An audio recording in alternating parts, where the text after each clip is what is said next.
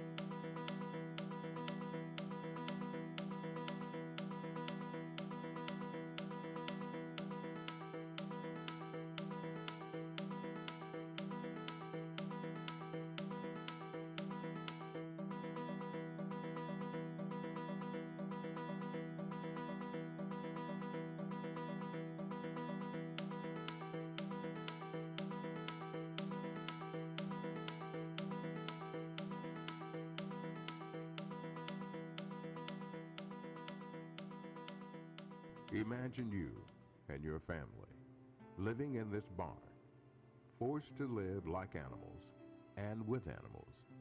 No heat, no electricity, none of the things we commonly take for granted. This is the case of one family, held as slaves up until the 1960s.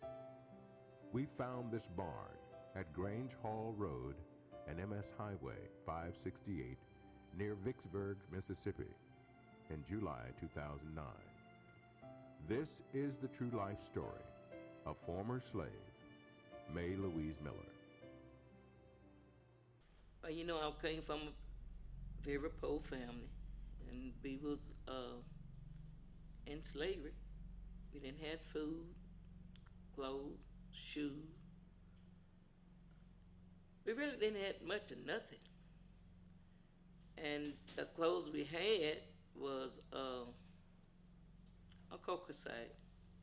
Each one of us had a cocoa sack with 3 holes cut in it, and that was your clothes. Your shirt, pants, and underclothes, or whatever you want to call it, dress. We had no shoes. We had the kill what we eat. We didn't have a stove. We really didn't even have a house. We lived laid on the grass, on the dirt. The hay was our bed, and we covered with the hay was our cover. We laid with snakes. We ate snakes. We ate the crickets. We ate the worms. We ate the birds. We ate the bird eggs. We ate the rabbits. We ate the frogs. We were just kind of like Tarzan. Whatever that come in front of you, that was your meal, if you caught it. And that was our motto. It was more than me, but I don't call names. But if we caught a worm,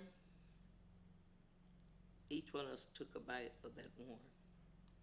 If we caught a cricket, although you think a cricket is dope, but we broke it into pieces that each one of us can have a piece of the cricket.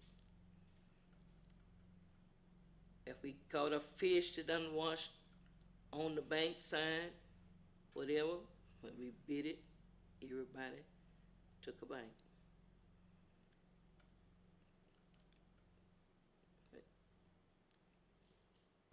President Abraham Lincoln issued the Emancipation Proclamation in 1863. By 1865, the 13th Amendment, abolishing slavery, had become constitutional law in most states. And in 1865, Lincoln became the first U.S. president to be assassinated. During Reconstruction, most southern states ratified the 13th Amendment. However, they also put in place a series of laws that severely restricted the rights of African Americans called the Black Codes. Mississippi was the first state to institute the Black Codes, and its legislators didn't ratify the 13th Amendment until March 16, 1995. Johnny Thomas is mayor of Glendora, Mississippi. Thomas also grew up in slavery. Everybody else was in charge of you. That was a big part of me looking at how we had to go to the owners to get anything. They had their own plantation store. That's where we had to eat from. That's where my mom was always in debt. We never had anything, you know, growing up. That was tough time. What were you telling me about this area? Oh, well, I was just talking about this being a plantation type of community, and pretty much in the shape that it's in, because individuals hoped that it went back to the cotton field as such. What do you mean by plantation type? Well, we was created around plantations. This entire area here was pretty much farmers, and now they are pretty much mechanized and corporate farming. Therefore, leaving individuals here to fend for themselves and hopefully to keep the status quo. When I say status quo, keeping individuals without. It is their mission, it seems, that this community stay poor as it was in the past. I'm a part of the Swan Lake. The Swan Lake community was owned by the Floats. And the Floats own the plantation in Swan Lake as well as in Glendora. In July of 2009, not only did we interview May Louise Miller, who was a former slave until the 1960s, but we uncovered a present-day plantation. We're concealing the identities of those living on this plantation to protect them from any repercussions. If you had housing in the city, would you move? Where you would pay like $70 a month? Well, as long as it's around where I stay at, yeah, I can do that.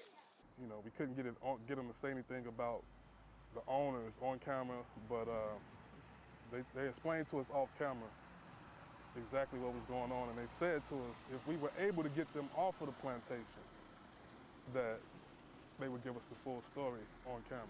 Human rights activist and writer Dick Gregory explains the mentality of present-day slavery.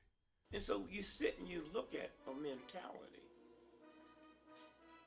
And so when I looked at that film,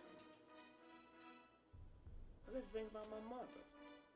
They would bring my mother to the house. And when they bring my mother to the house, one of us would have to go with my mother, so the master said. And so this was the particular time that I had to go with my mom.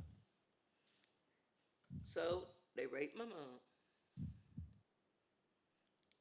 And when it came to me, I was sitting there crying because, when you don't know what's going on, I was sitting up there crying. And so the lady said, they coming to me. So the master's wife said to him, and the other brothers or whoever they were, and she said, and they was sort of looking, and she said, oh no, honey, no. And she says, she's not even a heifer yet. I didn't learn what that word was till over in the 70s. And she said, she's not even a heifer yet. She's just a yearling. You can't. But they gagged my mouth, and they raped me just like they did my mama. And there I was laying in that pile of blood. A little bit of girl didn't know what to do. And his wife had to clean me up. But that never stopped. And I remember telling my mom, if you go tell that old nigger what happened here today, we's gonna kill everybody. We took this issue of present-day slavery pinnage to Capitol Hill. We contacted members of Congress to get a reaction, but were not surprised when they said they would, but never set up a time to be interviewed. Radio talk show host George Wilson has been reporting from Capitol Hill for over 30 years. He's well known by every member of Congress and the Senate, but none of them would give him an interview on present-day slavery and or peonage either, even though they promised they would. We all had been led to believe that somehow we were past slavery and its vestiges and we were moving on to a better day. Well, seeing the footage that I saw and realizing that many of my brothers and sisters are living in not only abject poverty, but all the vestiges of slavery, it was saddening, to say the least. And it really tells me that here on Capitol Hill, we have to have lawmakers talking about this very subject. This is not something that's going away anytime soon, and this matter needs to be addressed at the highest levels of the government. Why do you think it haven't been addressed? Because as you saw, there are documents already at the Justice Department. What's going on? Well, it would take some what the lawmakers like to call heat from the streets. And I think there has to be an outcry among people to say, look, this is still going on. I have relatives who are living this way, or I know of situations like this, and we have to have hearings here on Capitol Hill about it. So I think it starts out with lawmakers knowing. And I was looking at Glendora, Mississippi, and I'm almost certain that that's in Congressman Benny Thompson's district. Anytime you're talking about the Delta, you're talking about Benny Thompson. So when I see him today, I'm going to be sure to mention to him about what's happening in this district, ask him if he knows about it, and ask him if he intends to take the next step to see to it that we have congressional hearings about the condition that men, women, and children are currently existing under. I don't blame it on them. Different people got different levels. And so when I sit and I looked, and then you go back to the 13th Amendment, see, most folks really didn't read that right, especially black folks. But when you read it, here's what that 13th Amendment should have read like. Neither slave or indentured servitude. See, most folks don't know that there were more white folks slaves in America than black folks. Those white people on the plantation too? They just called them indentured servitude.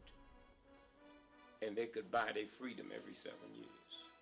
Probably the greatest movement in the history of the planet was the abolitionist movement. You had white folks willing to die to liberate me.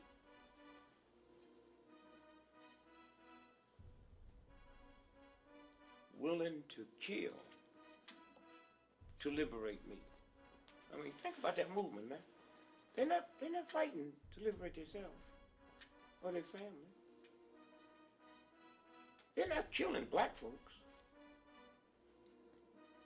They're killing white folks. John Brown, him and his boys, his children. They said, oh, he crazy. He went up to Kansas and killed 13 white folks. No. Kansas was the first state that had death to the abolitionists. And so they hanged the first trial. And John Brown and his sons moved in there and killed 13 people, the judge and the 12 jurors. And it scared Kansas so bad, they rescinded that law the next week. The abolitionist movement, you see no movement till up in New England. One of the sad things of Frederick Douglass' life, he died broken-hearted because he wanted to be part of the abolitionary movement. And the abolitionists said, no, Negroes can be part of this movement because y'all too childlike. Huh? Some white folks willing to die for me? Kill other white folk for me? But in their mindset, I'm too childlike. So you can't be part of this? You couldn't be part of it at all. And so when you stop and go back and then come forward, you see, it's never in our lifetime about racism or prejudice or segregation. It's about white supremacy, and most white folk don't even understand that. I remember one time my mama said, I was 9 years old, yeah, the problem with America is these old ignorant, snuff dipping, nigger hating white boys can't read or write. I couldn't say too much for my mother because she's an ignorant person. When you try to tell them something, they'll jump on you if you're a child. So I say to my brother, she really believed that type of white person determined